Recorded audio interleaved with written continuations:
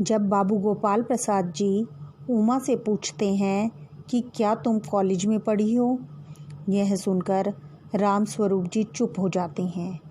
उमा बहुत गर्व से कहती है, अभिमान के साथ कहती है, जी हाँ, मैं कॉलेज में पढ़ी हूँ। मैंने बीए पास किया है, कोई पाप नहीं किया, कोई चोरी नहीं की और न ही मैं आपके पुत्र की तरह ताक झाँक कर कायरता दिखाती हूँ। ताक झाँक करना होता है इधर उधर देखना। मुझे अपनी इज्जत, अपने मान सम्मान का ख्याल तो है, लेकिन ज़रा आप अपने बेटे से पूछिए कि ये किस तरह नौकरानी के पैरों में पड़कर मुंह छिपाकर भागे थे। मुंह छिपाकर भागना होता है शर्मिंदा होकर भागना। राम स्वरूप जी अब उमा को चुप कराना चाहते हैं और कहते हैं, उमा उमा। गोपाल प्रसाद जी को गुस्सा आ जाता है और वे खड़े हो जाते हैं। कहते हैं, गोपाल प्रसाद जी, बस हो चुका। बाबू राम स्वरूप, आपने मेरे साथ दगा किया है। दगा किया यानी धोखा दिया है। आपकी लड़की बीए पास है और आपने मुझसे कहा था कि सिर्फ मैट्रिक तक पढ़ी है। मैट्रिक तक यानी 10वीं तक पढ़ी है। लाइए, मेरी छड़ी कहाँ है? मैं चलता हूँ। वे बैंत ढूंढकर उठाते हैं। बीए पास।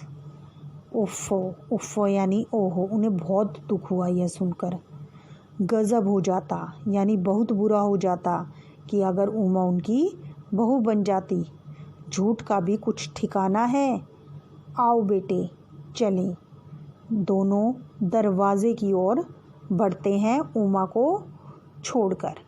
उमा कहती है, जी हाँ, चले जाइए, ज़रूर चले जाइए, लेकिन घर जाकर ज़रा यह पता लगाइएगा कि आपके लाडले बेटे की रीढ़ की हड्डी है भी या नहीं, यानी बैकबोन।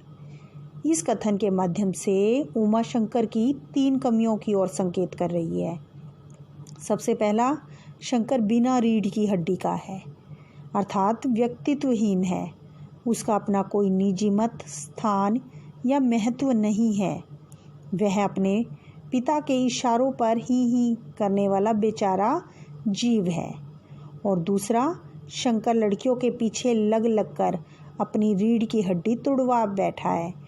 टोटल मिलाकर जो है निष्कर्ष कि शंकर जो है वह चरित्रहीन है।